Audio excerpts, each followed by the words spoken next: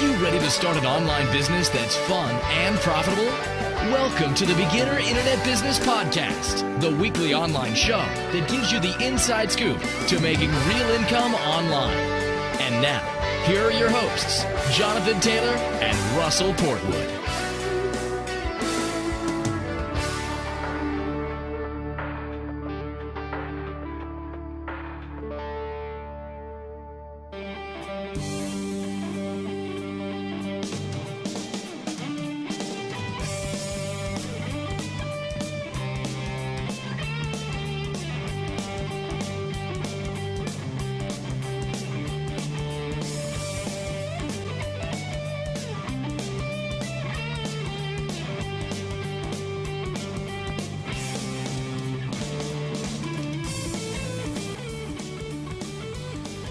Welcome to the VIB Podcast, episode 220. This week's episode is brought to you by Techno 24/7 PC monitoring for both residential and commercial. You got a PC problem, you got a virus or spyware, slow starts or shutdowns, program crashes, or maybe you have no idea what's wrong with your system. If that's the case, you need to contact the guys over at Techno 24/7. They've got a monthly maintenance plan that they can monitor your system. Make sure your system's running clean and up to speed. They've got a great service. If you got pre-existing problems with viruses or any problems like that, they can certainly take care of those as well. Get you fixed up, and you don't even have to you don't have to take your computer out of your home. That's the great thing. They can take care of all of this online and at a very reasonable rate. As we've mentioned in the past, Russell and I both use their service, and it is top-notch, and that is why we recommend them. Again, that's Techno 24/7, TECHKNOW 247.com. Check them out. You can also find them over at Facebook. Just do a search for Techno 24/7, and you can read some of the customers who have done business with them in the past. Well, thanks for joining us again this week. It is just myself, Jonathan, here at the mic today. Russell's was not able to be on today, but nevertheless, we've got a super show coming to you today. We've got a great guest in store here in just a few minutes. Going to be joining me. Going to be talking about taking that passion, taking something that you truly enjoy doing, how he was able to take that, turn it into an online business, and has been very successful at that. You know, it's always fun to bring in guests like this that have that experience, have that story to share within that particular interest that they've have, and how they've just leveraged that and turned it into an online business. He's going to be sharing some really great lessons with us today, and I'm really happy because this particular niche that our guest has been in is in golf. One of my many favorite hobbies on the side, and I'm really happy to have him on.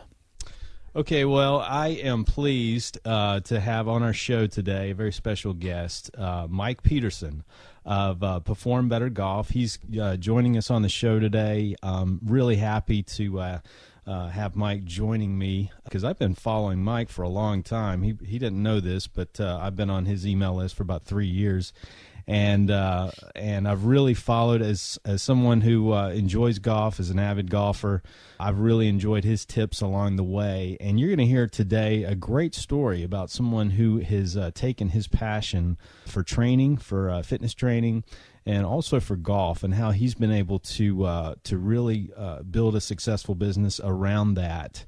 And I'm hoping that, I know that Mike's going to give us some great takeaways with that. And Mike, I'm just really pleased to have you on. Thanks for coming on. Thanks for having me, Jonathan. I really look forward to hopefully giving lots of good information out. And, I've always been of the mindset of that, you learn from people that have done it well. And hopefully, since I've been doing this for about 13 years now, hopefully I know a few things and can share it with your listeners. Well, I know you can. Let's start out with yourself, to maybe giving our listeners a little background about yourself. Again, you are the president of Perform Better Golf over at performbettergolf.com, and you've been in the fitness training industry or the fitness side of things for a long time, going back to college. Even though you say you've been in it with as far as golf goes for about 13 years, you've been in actual fitness for a lot longer than that. So if you would just take us back to maybe going back to maybe your college days and talk to us a little bit about your experience and how you got into this niche. Well, Jonathan, that was a long time ago, but we don't need to say the date, the year that I graduated college. Okay. But fitness has been my life. I was kind of a freak little boy. I started lifting weights at the age of 10. Mm-hmm. And I was a tall, skinny kid. My brother was built like a Greek god, and I was the skinny younger brother. So at the age of 10, on my own, my stepdad bought me a 110-pound weight set from J.C. Penney's. I'll never forget it. Oh, wow. And I bought an old bodybuilding book. And, God, who was the guy? I can't think of his name right now, bodybuilder. Charles Atlas? No, short Italian guy. Okay. Anyway, and I would go to school, and then I would come home, and I would do 2 hours of weight training at the age of 10 in my basement. Mm-hmm. And just a fanatic. I'm a pretty obsessive-compulsive guy anyway. But so my fitness started at the age of 10. Right. And then, of course, it blossomed into my sports. Obviously, I was a avid sports guy, and then got a full-ride scholarship in track and field to Oregon State as a javelin thrower. And then, as far as golf goes at that point, I had never taken a lesson, I just kind of picked up clubs and hacked it around. Mm-hmm. Didn't really have a passion for golf at that point. Obviously I was on a scholarship for track. So, in the summertime, you go out once or twice and just, slice it all over the course and try to hit it as far as you can hit it. And that was the big thrill of the day was, I drove it 301 times, so that was my golf experience through college. And then when I graduated college, I tried to make the Olympic team in Canada for a decathlon. Yeah. Wow. So that was kind of neat, because I'd been a multi-sport, multi-event track guy in high school, but then in college I was getting paid, obviously getting paid meaning scholarship for just javelin. But deep down in my bones, I thought I don't want to go through. And here's a life lesson here: I didn't want to say what if when I was later in life. So. Right. Because of that, I decided to try, at the age of 23, get into decathlon, which is considered very old and very late in the game to get into decathlon. Right, yeah. But I was lucky enough to dust off these old bones and muscles from my years of high school doing long jump and high jump and 400 meters, and I was ranked number 4th in Canada for decathlon. Wow! And the top 2 go to the Olympics. So I just missed out. Wow! You just missed it. Just missed it, and the neat thing was my training partner back then got the bronze medal in decathlon, Dave Steen. Oh, wow. So I trained with an Olympic medalist for a full year up in Toronto, Ontario. I moved up there. I was born in Canada, still have my Canadian citizenship, but I'm a dual citizen now. Right. But I had to move up there to train with the national team in Toronto. And anyways, and then so back, I guess it was 1980, so right after the Olympics, I decided I was done. I'd given it a go. I felt like I took it as far as I could, and then it was time to grow up and get a job. And my degree was in exercise physiology, so what I fell back on, what I thought, fitness is my life. And even through track, being a decathlete, the decathlon, you're considered the world's greatest athlete. Mm-hmm. It's neat because you jump, you throw, you run, you do all that stuff. Right, so right. I thought, what am I going to do? What am I going to do? And I thought, well, God, personal training. It was me, and it was what I lived for.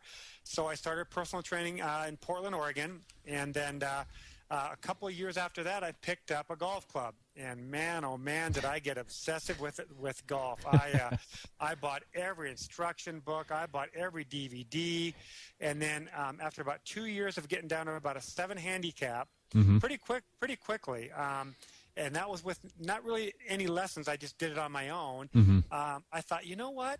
I wonder if I could put my fitness and my golf together and make a business out of it. And here's a second life lesson for your listeners. I came across a gentleman. I had moved to Arizona at that point to be a golf fitness trainer down here in Arizona. So the land of golf, right? And I came across a gentleman who was back from Portland, believe it or not, who had built a phenomenal online fitness business. He was like ahead of the curve. This guy, at the age of 28, built a multi-million-dollar online fitness business, and now it's so competitive. You've got Men's Health, you've got all. Yeah. I mean, I don't even know if he's still in it, truth be told. But anyways, I called him up and I said, hey, listen, would you be interested in being my partner, showing me what you've learned? So here you go with getting a mentor, but I actually brought him on as a partner, as an equity partner. Right. And he helped me launch the world's first online golf fitness membership site back in 2001.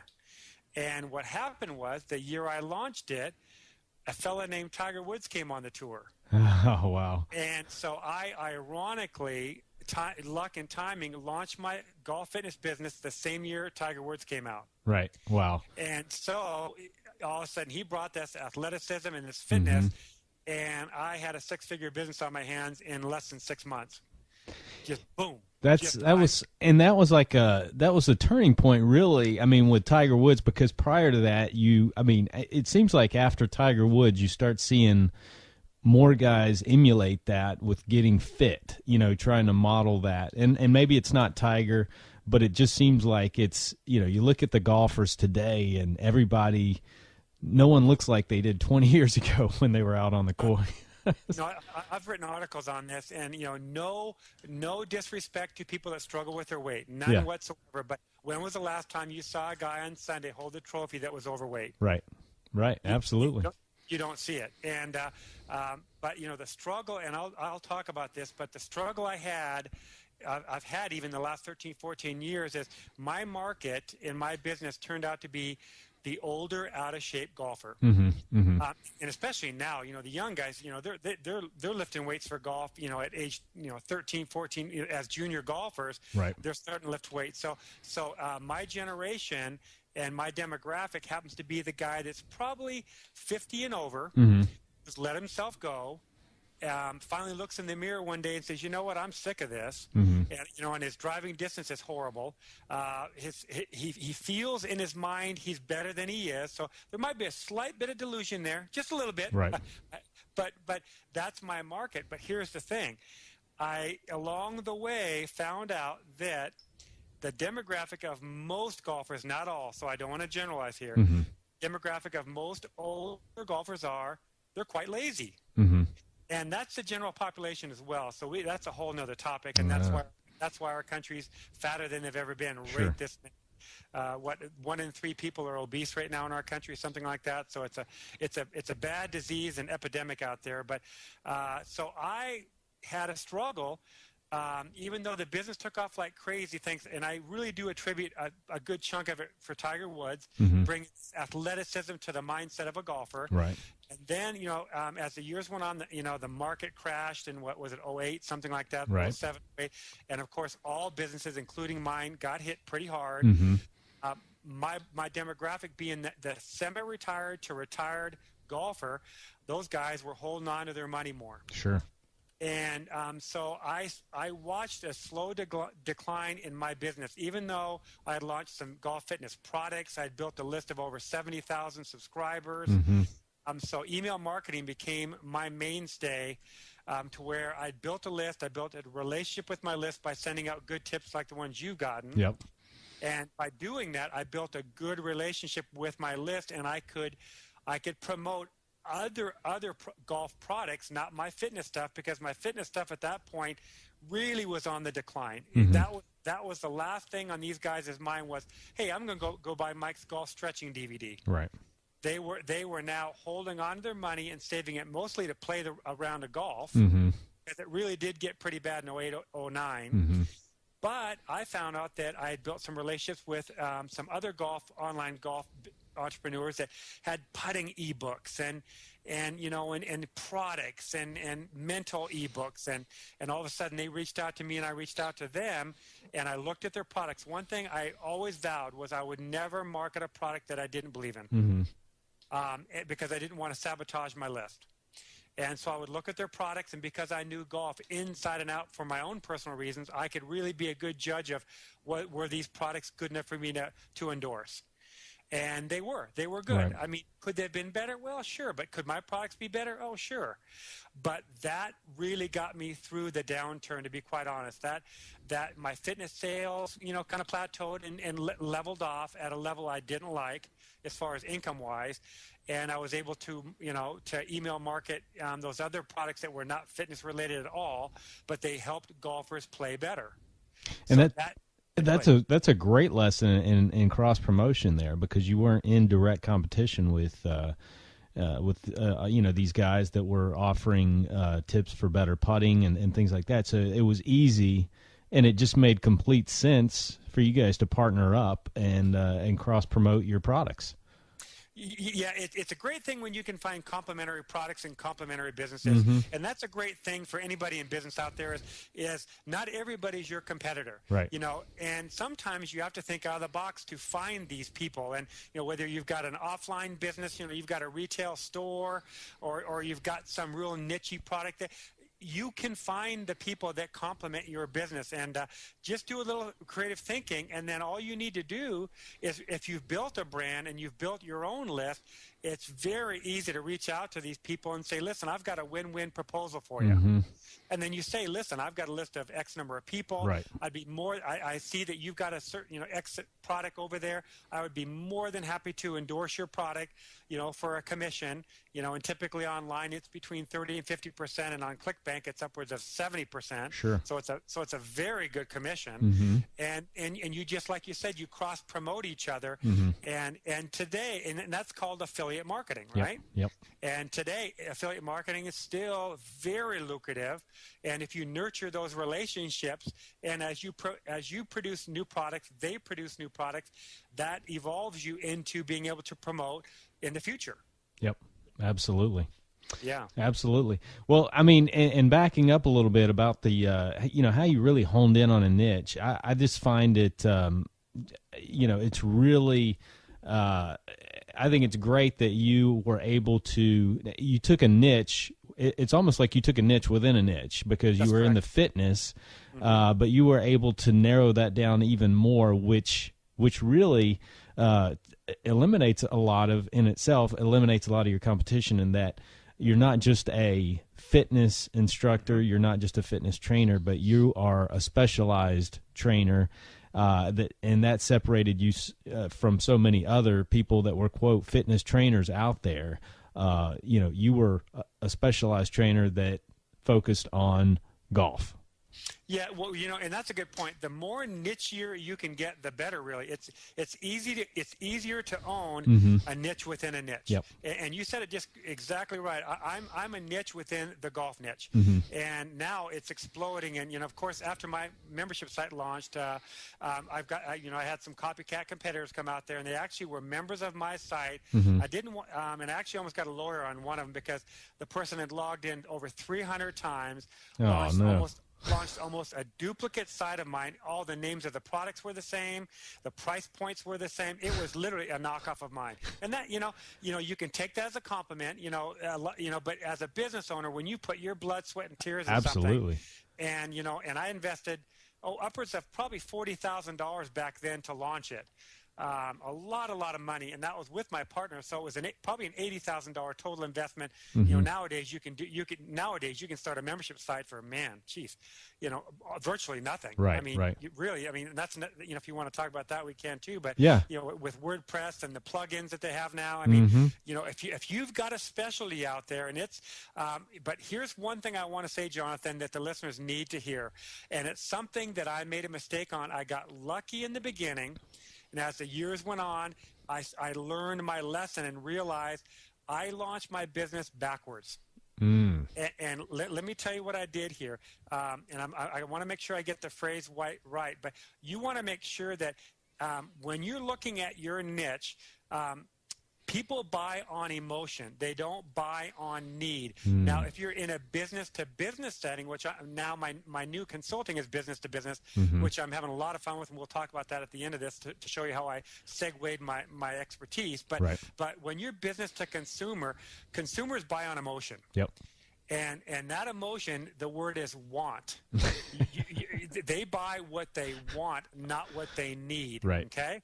So let me back up. When I launched I took my passion of fitness and golf and launched a product. But what I didn't look at was the demographics. And let me explain that, and I'll make it real quick. So my demographics back then was the older golfer that was struggling, with driving distance, and also he was overweight and out of shape, right? But what I didn't realize was they didn't want what I sold. They wanted the result, but they didn't want to put in the effort of what I sold, because what I sell takes work. It takes physical fitness, and that's why people struggle, and that's why New Year's resolutions happen. And when you see a New Year's resolution, it starts January 1, and by January, but you're going to laugh, and I'm going to tell you, and being in fitness for 30 years, I'll tell you, by January 10th, it's over. Yep. Yeah, I believe it. I believe it. Within a 10-day period, it's over. Onto your old routine. The excuses kick in. Yep. People make all the excuses in the world of why they couldn't do it today, and all of a sudden a week goes by, a month goes by. Pretty soon it's summertime. Oh, I'm too busy. I want to get out and enjoy the sun. Oh, now it's holidays. I can't do it because it's holidays. So that vicious cycle of excuses kicks in. But I digress a little bit. But the point being that I did not look at my market and find out what they wanted. Right. I gave them what I thought they needed. So I literally created my products before I did that research. Wow. And with all the online tools now of keyword research, you can go out and find out, are there searches on the passion that I have? Yeah. And if there's no searches, I'm here to tell you it's going to be probably tough going. Yeah. It seems like what you're describing is people want a quick fix. They want to spend money on something that they think, and you could apply this to the same reason they buy, a better driver, thinking that, this is going to automatically increase my distance, without the hard work that goes into, building and improving your skills.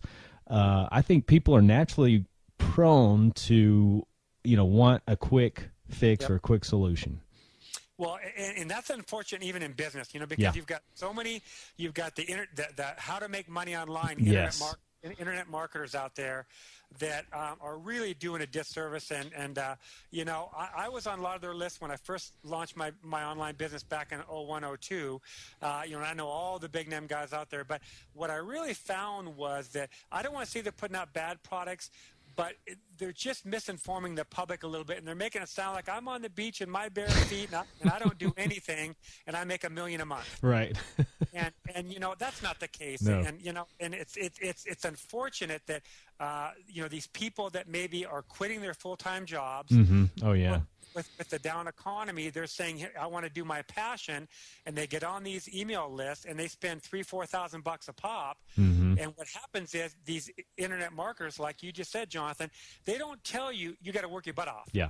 They don't tell you that it's potentially 12-hour days for a while of launching your website and then building your list and then producing content, marketing the content, creating the products to sell to people.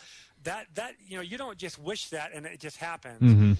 I know when I launched my membership site, you can ask my wife, I had sleepless nights. Yeah. I literally would work 24 hours straight. Wow. Getting my exercises, because I had to produce all my online exercises, video format. I had to put, text descriptions with them. I had to, launch it online. And back then there was no plugins, no WordPress, no nothing. This was all hard-coded into a membership site that I spent $8,000 just for the membership software.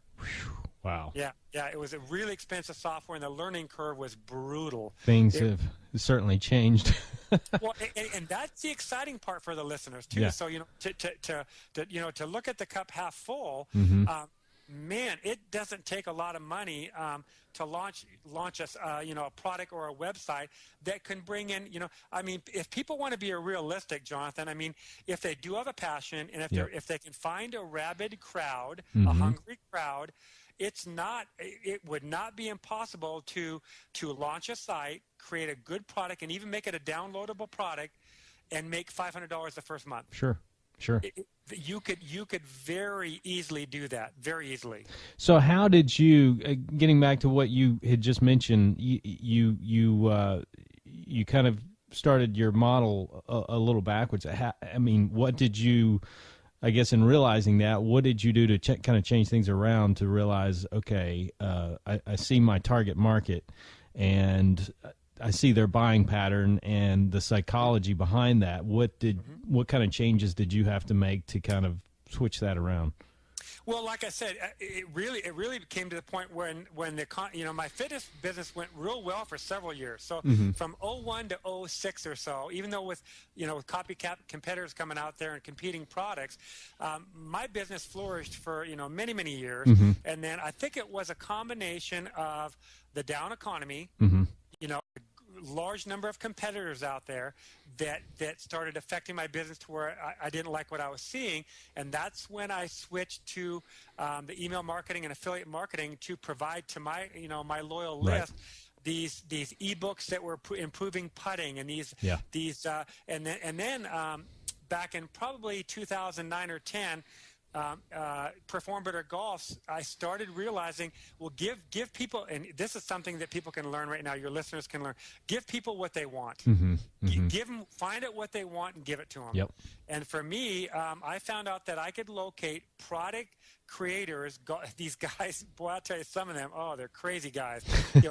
Honestly, in their garage making some wrist release aid for their, for the wrist, and they molded a piece of plastic and they patented it, and then so I was getting physical products sent to me probably every week for a while, and I didn't even know where they came from. Wow. Oh, and my wife would say, so these packages would end up at the door, and my wife was saying, first she turned to me and she said, "What did you buy now?" The typical spouse response. Oh, yeah, right.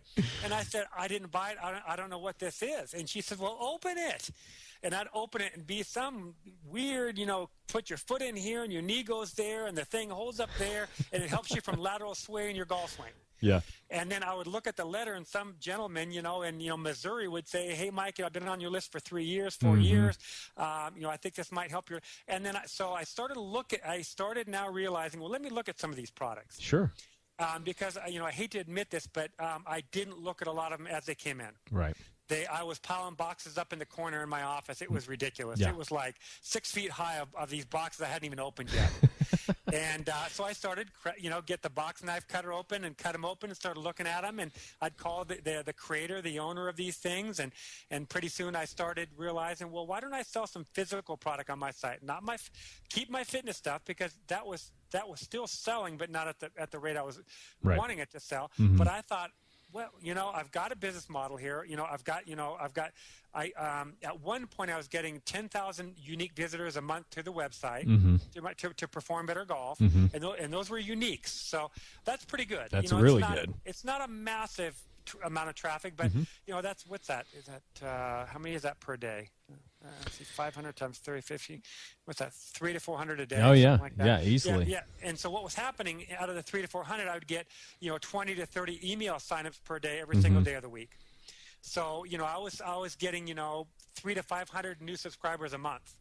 And you built quite a large email list in the process. I haven't updated the Perform Better Golf site for a while because of my new endeavor, but the site says 56,000 subscribers. It's about 70 right now, roughly, 70,000 subscribers. And, it's neat. It's a neat thing because, if you provide value to them and they realize that you're there to help them, when you come across a good product that you've fully looked into and you endorse it, there's nothing wrong with sharing it to your listeners or your subscribers. Sure. And say, listen, I think this might. I'm not forcing them to buy it. I'm just letting them know, hey, here's a product out there you might want to take a look at. And that's where my email marketing and affiliate marketing kicked in, Mm-hmm. where I realized that the fitness stuff was just not a high priority with my market anymore. Right. And then I started marketing the fitness products. I mean, not the fitness products, the physical products, should I say. Sure. Yeah. And that's a great compliment to your training products. I mean, I've seen your pages, and you've got a lot of the products outlined with or included with some of your training DVDs and things like that. So, that just gives you more of a much broader selection of things to offer to your audience. Yeah, I just felt like I wanted to diversify, not rely just on fitness, knowing that Mm-hmm. fitness was such a tough sell to the golfing market anyways. Yeah. I just didn't want to keep hitting my head against the wall. I thought, I've got to diversify and not put all my eggs in one basket. Sure. And that's why I started. And then it was neat because when I launched one or two physical products that were not mine, and actually put them on Perform Better Golf and sold them on the site, Mm-hmm. then other product creators, then a massive influx of more product creators started reaching out to me because they realized that I was going to put, things on my website. Mm-hmm. So all of a sudden now, I mean, instead of 6 feet high of boxes, I was literally at one point averaging about one new product a week. Wow. That was being sent to me without me asking.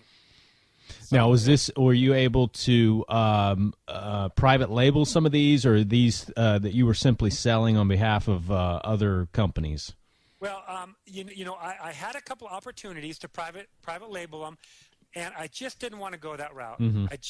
So what I ended up doing was being on some of them I would drop ship, Yep. and some of them I still do drop ship, where they get my email receipt of purchase as well as I get it, and they ship it. So that's a great business model. Oh, absolutely. Yeah, that's a great business model. If you can, then you're not running to the, because I know for my fitness stuff, my wife and I, for a long time until we got employed to do it, my wife and I were running to the post office every day. And, so we were doing the labels, we were doing the packing, we were doing the shipping and all that.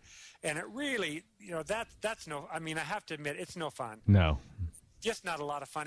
The more you can automate or delegate by getting an employee, even if it's an independent contract, you can get, a brother, a sister, an aunt, an uncle, that, you pay them on the side, pretty good money. When I mean on the side, obviously Uncle Sam knows about it, but I'm just saying that they enjoy the income. Absolutely. I mean, they don't, 2 hours out of their day to do shipping. They don't mind that at all. I mean, it's something that they can make a couple of $300-400, and at the same time, you're helping them out a little bit. So it's a neat thing to be able to help your family members out. Oh, absolutely, especially teenagers when they need the money, right? Oh, absolutely. Or like I said, an aunt and an uncle. Yeah. It's a lot of fun. Well, what are some? Let's go back. You mentioned some of the changes. Just with the technology. You mentioned, some of the technology or the coding and the membership site that you had starting out. Talk briefly about you've seen a lot of just in the last 8 years or so with the video being so popular today. I know you do some video training and stuff like that. What's changed so much that allows, I know it's even the playing field quite a bit. What are some things that you would recommend to somebody that would want to get started with their own online business, but they have no idea where to go? They have, should I get a membership site, or should I pay someone to do it, or what tools do I need to get started with? Yeah, well, and that's a great question, and I could spend a whole day on that one. But definitely WordPress, and WordPress is a CSM platform that can run anything from a website to a blog to a retail site to, you can do anything with WordPress now. The amount of themes that are out there now that are even that are plug and play shopping carts. I would definitely look into WordPress, and WordPress is so popular now and so prevalent. Google really likes WordPress. So it gives you a little bit of a search engine optimization advantage using WordPress because it's easy to use, it's easy to optimize, and you can do it yourself. I mean, you can upload an article in a matter of minutes, where when I first started, I had a programmer, and every single, I mean, even if I wanted to put a picture on the website, he would charge me $75 every time I contacted him. Oh, wow. Every time, because, and he had me over a barrel because I did not know what to do. Oh, no. And you know, you hear those stories a lot nowadays. It's not as prevalent, but you still hear about web designers that create a very sophisticated website that the poor business owner has no clue what to do. Yeah. And that was their business model, was, I'm going to create it. And, you know, I don't want to say people have, you know, ill will out there, but some of the designers out there make these very complicated sites that, you know, there's no way the business owner could do anything on them. So it still happens today, but, you know, that's one tool would be WordPress. Yep. You mentioned video. I want to touch on video real quickly here. YouTube's the second biggest search engine in the world now, owned by the biggest search engine, Google. Mm-hmm. So people now are more and more turning to YouTube as a search engine, especially when it regards when it's the how-to approach. When people want to find out, how do I do this? How do I do that? You know, and that could be anything from, for us, you know, how do I launch a website? How do I, you know, set up WordPress? How do I search engine optimize my blog? Mm-hmm. I mean, everything is on YouTube now. So if you don't have a YouTube presence, you want to start an online business, and you don't have a YouTube presence, it's going to be you're going to have a uphill battle, because all your competitors are going to be on YouTube now. And what happens with YouTube that I think is interesting is that you know, people are afraid to get in front of the camera. Mm-hmm. You know, and you know, that was a little bit of an issue with me to begin with. Although I've talked in front of thousands of people when I was doing my fitness training. Mm-hmm. I gave a fitness convention one time to, I think, 3,000 trainers, and it was a weekend long thing. So it was I had I didn't have as much of a nervousness in front of the camera. But what I've told, when people say I can't do it, here's what I tell people about video. Get your wife or your significant other, get their smartphone. Go around the house playing around with them filming you. Mm-hmm. In a very relaxed environment. Sure. Start getting comfortable just getting videotape with your smartphone. Mm-hmm. And then once you get used to talking into the smartphone and looking right into it, launch a couple of YouTube videos. Take a look at what it looks like online. And before you know it, you'll realize you can do it. You can get in front of a camera, and the smartphones nowadays, Jonathan, they're all you need. You do not need, when I first started video marketing, I bought a $2,000 video camera. Wow. Yeah, a $2,000. now all you need is an iPhone. Oh my gosh! Your iPhone, you're done. Slam dunk, over. So now there's no excuse for people to not do video marketing, and I can share with you a couple of statistics that are kind of fun that I've achieved that hopefully will motivate people. But my YouTube golf channel has over 1 million views on it. Mm-hmm. Each one of my videos has an average of 30,000 views. And I can tell you right now that the way those videos were set up, which they were set up with a specific intention, which was give a tip away and have a call to action at the end of each and every tip. Mm-hmm. And that would have a URL to it to go back to my website and purchase a relating product to that tip. Mm-hmm. And I can tell you right now, I sell my product every single day off of YouTube. Off of YouTube, wow. Off of YouTube every single day. So YouTube is a huge market, and even still today, I would say it's not flooded yet. There's still a lot of opportunity for online niche business owners. They still can gain an advantage over their competitors by getting on YouTube and start launching YouTube videos. Would you say that was YouTube has been a big part of your traffic and list building? Is that just one segment of it? I'm sure that, given the amount of views you're getting on the videos, I'd say that's probably a big chunk of it. Yeah, YouTube is probably responsible for 30 to 40% of my traffic. Wow. But you've got to understand something, that I have over 400 blog posts on my blog. That's, my Perform Better Golf blog. Yep. And some of those have over 1,200 words. Here's something that people can understand as well, too. I'm a huge believer in content marketing. Mm-hmm. And that's the big buzzword now, and has been a buzzword for probably 2 or 3 years now. Right. content marketing is obviously video, Mm-hmm. shooting and promoting video, but it's also writing articles or blog posts on your website that are specific to topics within your niche. Mm-hmm. When you do that, what happens is Google does a couple of things. You'll start getting picked up for long tail search phrases because of it, Mm-hmm. and will also start realizing you're an authority website. And what I mean by authority is when you build out a website, the more effort you put into it by creating content, which is videos, blog posts, pictures, all that stuff, Google's going to realize that this is a hub. You've now become a hub in your niche. Right. With authority information that Google wants to reward you with by ranking you higher in the search engines. Mm-hmm. So I can tell you right now that I've got probably 3,000 long tail phrases that I get that I get search results from. Wow. 3,000, and some of them are 7 and 8 words long. And what is your YouTube channel?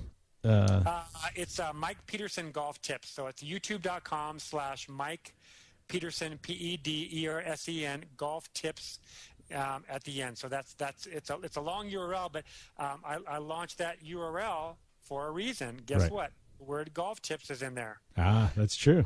And my brand was Mike Pederson. Mm-hmm. So I put the two together. And when you're launching websites, when you think of your brand, what brand do you want to have? What brand do you want to convey? It doesn't necessarily need to be your name. Mm-hmm. Whatever your brand is, be consistent across all platforms. So whether it's, nowadays, man, we've got Pinterest, we've got Instagram, you got Twitter, you've got Facebook, you got LinkedIn. Yeah. You've got to make sure that your brand's consistent across all those platforms. Yeah, keeping it the same, so you're not one thing over here and one thing over there. You want to keep it to consistent among all of those different social media platforms and in your sites and all of that combined. That's a great tip. Yep. No, I mean, you definitely need to think of branding when you're on the internet, and the more you can be consistent with that, when people come across your brand, whether it's an article that's maybe even on easyarticles.com, wherever it may be, they'll all of a sudden subliminally go, I keep seeing this guy. How do I know this guy? How do I know this product? I've seen this product everywhere. That's top of the mind. I call that top of the mind awareness. Oh, yeah, absolutely. If they come across a YouTube video, then they come across a blog post, then they come across an article on one of the article directories, pretty soon they're gonna say, this guy must be pretty good because I keep coming across him everywhere. Right. Yeah. Your name starts to appear everywhere, so you become the go-to expert. That's exactly right. You become a brand. Yep. You become a personal brand and a business brand. And like I said, it's not always your name. You have to give it some thought and think, what do I want to be out there? What do I want to be known for? Mm-hmm. And it might be a real niche product. And if it's a product, then you need to brand it across all the platforms. So for anyone getting started, sounds like your biggest recommendation was content, and getting out there, getting it out there often as possible in various forms. I mean, looking at your example with as many videos and I mean, just tons of articles out there. That's the key. Content marketing. You got to get it out there to get found. Yep. I think at last count, I've written over 1,500 articles in the last 12 years.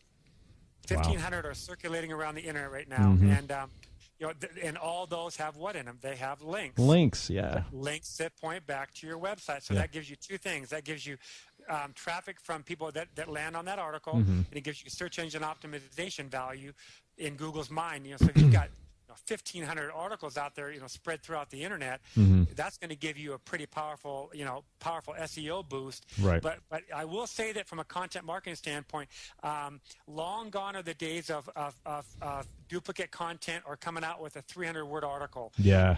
Google wants to see depth of knowledge, and so and this is unfortunate because for the lazy internet marketers out there, they lose out because what happens is when you create a piece of content, Google wants to now see pictures on it so that you can optimize the pictures. Mm-hmm. They now want to see, lots of text, and they also now want to see video because, obviously they want to, if Google comes to a blog post, and for example, the last blog post I wrote is 1,200 words, 7 pictures, and a video.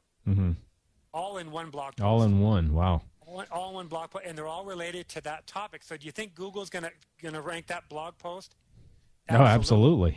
Absolutely. That's a lot of content, That's got to be primo.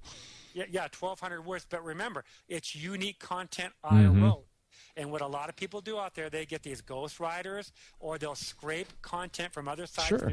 and they're just being lazy, and they'll put that scraped content on their site. Well, Google's going to look at your site like it's not worth anything. Yeah. It's going to be a junk site. Yep.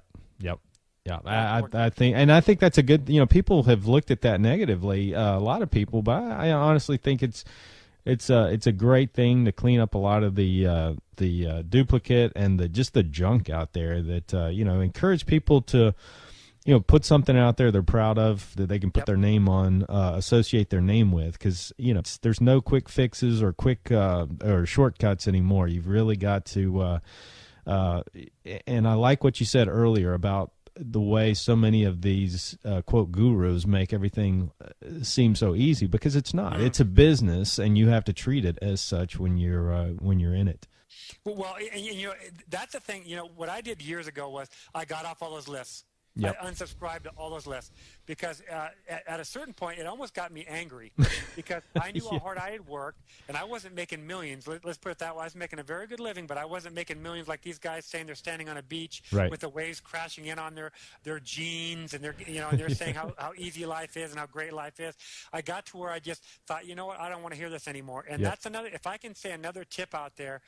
Don't get caught up in getting on a lot of lists, because that can suck up your whole entire day. Right.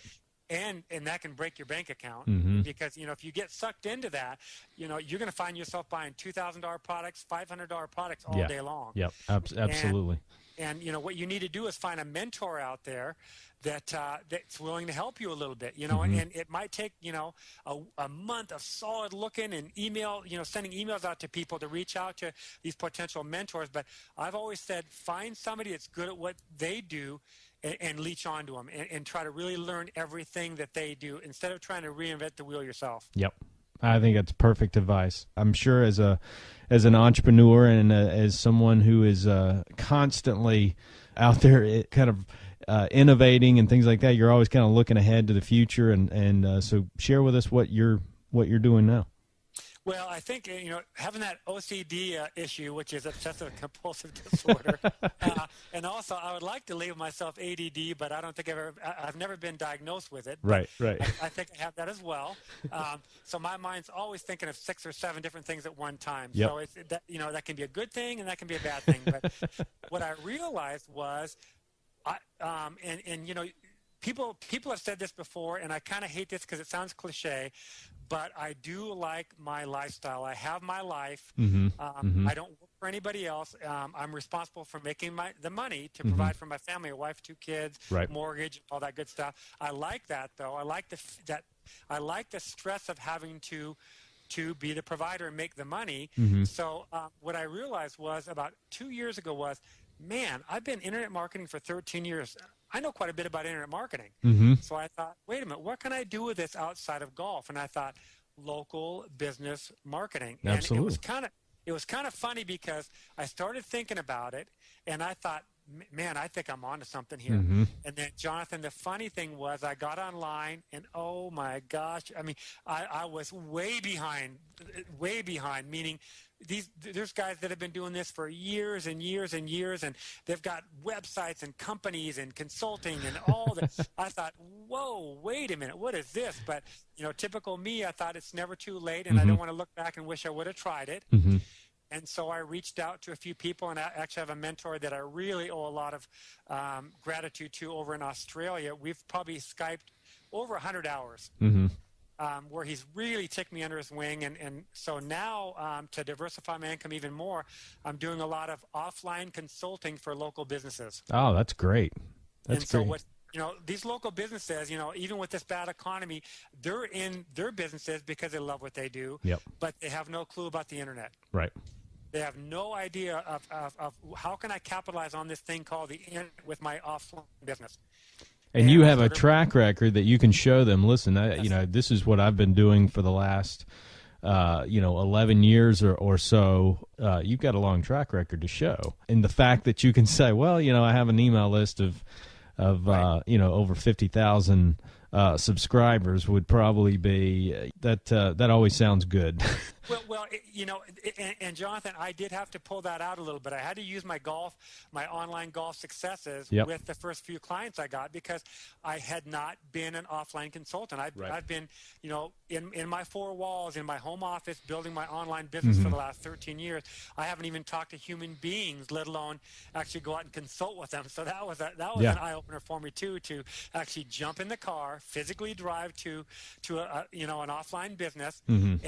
and meet with somebody in person. But yeah, no, you're right. I had to pull out my golf online successes the first couple of times, and then as I started getting my confidence built up, then I thought, I can definitely do this. And then now I'm rolling my consulting business pretty rapidly. I'm very thankful that, and I really enjoy it because I feel like I'm bringing huge value to the mm-hmm. offline market. Oh yeah, with what I've learned, and I make a living at the same time. I could see a niche within that for you that you could take in your offline consulting to pro shops and some places that are not the big names, but a lot of these independent golf shops out there that are trying to market their shops and their companies locally. Absolutely, and truth be told, what I did was I went out and I researched the offline market to find out the more lucrative niches, because obviously you want to, yeah. If you're looking to get into business, mm-hmm.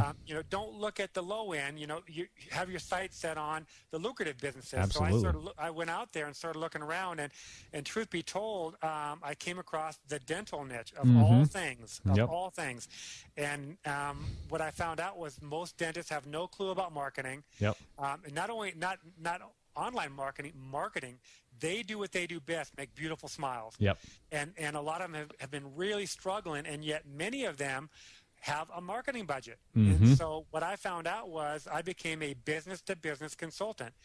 And it was a different, very exciting journey for me to mm-hmm. realize that they needed me as much as I needed them. Sure, absolutely. And, when you're business to consumer, boy, you need that consumer in a big way. Right. And if that consumer isn't there, they're not responding. Right. That makes it for a tough business. But when you're in a business to business environment with a hungry market that does pretty well, you got a pretty good chance of doing well. So I'm now specializing. My offline consulting is mostly with dentists. Oh yeah.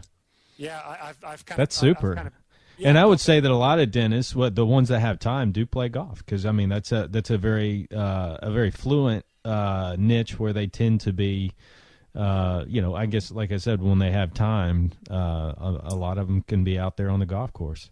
Well, what's so funny is some of my offline consulting clients have actually snuck on my website and bought my products. and truth be told, I would have given them my products. Right. They're paying me, very, very handsomely. Sure. I would have, but I just had one the other day that came through. That was from a dentist who bought my stretching DVD, mm-hmm. and I thought, oh my gosh, they're finding me through my golf stuff. But no, that's a good point though. That you can tie your passion with the business as well. So mm-hmm. for me, my goal in the next couple of years would be to have a lot of business outings on the golf course. Mm-hmm. Oh, absolutely. That would be a lot of fun where, maybe I round up all my clients or I put together a golf outing to generate more business. Yep. Where you invite, a 30 or 40 group, people in a certain niche and you take them out on the golf course and mm-hmm. you can talk business, you can have fun with playing the golf. So that's my next little thing would be to actually stay in the, I love golf. Yeah. I always love golf. So if I can tie my golf into any future businesses, that's going to be a lot of fun for me. That's perfect. Well, this has been a great interview. It's always fun to get a perspective from someone who's been out there doing it like yourself, and I have really appreciated you sharing your your story here, Mike, and it's I think it's an inspiration. You've shared a lot of great tips, a lot of great takeaways on some things that people need to look at when they jump into this, and I think that this is going to be a value to a lot of people out there, and I really appreciate you taking the time. Well, Jonathan, thanks for reaching out to me and inviting me on your show, and I can't wait for it to see the finished product. And like I said, I'll also send it out to my list because I know a lot of the golfers are business owners themselves, and maybe they can expect some value from it. Absolutely, and I'd love to have you on again in the future just to talk about some online marketing stuff. Even we don't even have to talk about golf. We can talk about some other stuff related to online marketing. I think with what you're doing, it'd be a great show in and of itself as well. Anytime. The invite's wide open, so whenever you want me to do it, just give me a shout. Well, Mike, thank you very much. And again, appreciate you coming on. Look forward to doing it again. Have a great week. That's Mike Pederson. Well, you can find Mike, I guess real quick, Mike, what's the best way to get a hold of you? MikePedersonGolf.com and then Perform Better Golf. And then Perform Better Golf. What's the best place to get in contact with you? Probably Perform Better Golf. Okay. That's a good one. I mean, my consulting site is aznetmarketing.com as well, which is AZ for Arizona. aznetmarketing.com, and that's so. If any of the business owners out there want to just check out my consulting site, that's a site that, and you'll see that it's mostly geared to the dental niche now. So I'm really starting to go very specific with a vertical channel of dental. But that's AZ Net Marketing would be my consulting site, and then Perform Better Golf for my golf retail site. Fantastic. Mike, thank you so much, and I would encourage anyone to get a hold of Mike and or at least visit his sites on either one of those, whether it's be online marketing or his Perform Better Golf. It is if you're a golfer out there and need to season's right around the corner. I tell you, we finally I can't wait to get winter behind us and. People are going to be out on the golf course. It is a great resource. I can attest to that. He has got a lot of great information on there, and I do appreciate it. Mike, thanks again. Have a great week, and look forward to doing it again. Well, another great interview, as always, and it's always great having guests like Mike come on and share their experiences, their stories in creating their businesses and some of the mistakes, not only the successes they've had along the way, but also some of the mistakes they've made along the way. And it's great when our guests they're open and candid about some of the mistakes and some of the things that they, if they could go back to, would share with us and say, listen, this is what you don't want to do. Here's the mistake that you don't want to make. And Mike was really open about that today. It was really great hearing him talk about in targeting that particular demographic, that target market that he had, realizing that sometimes you got to tweak your products and your services to match what they want. And sometimes that doesn't always fall in line with what we think. We think that our target market wants or what we think they need. Sometimes those things don't line up. And we really, it all boils down to the fact that we have to give people what they're really wanting. We have to target what they really desire. And unfortunately, in this day and age, in the age of quick fix and short attention spans, people want fast solutions. They want things, products, that they feel are going to give them instant benefit. And people don't really want to put in a lot of work, unfortunately. I won't say that for everybody, but that's a great percentage, a large percentage of the population are like that. So we have to realize that in a sense and understand that one of the big things that we have to do is in creating our online business is really understand what our target market want. Well, as always, if you have questions or comments, you can reach us over at info@bibpodcast.com if you have a question or a comment, or you can just click on the contact page on the site at bibpodcast.com and just fill that out, and that'll come straight to us. We'll get back to next episode. Next week, we'll get back to taking some more questions on the show. And until then, we hope everyone has a great week, and we'll see you next week.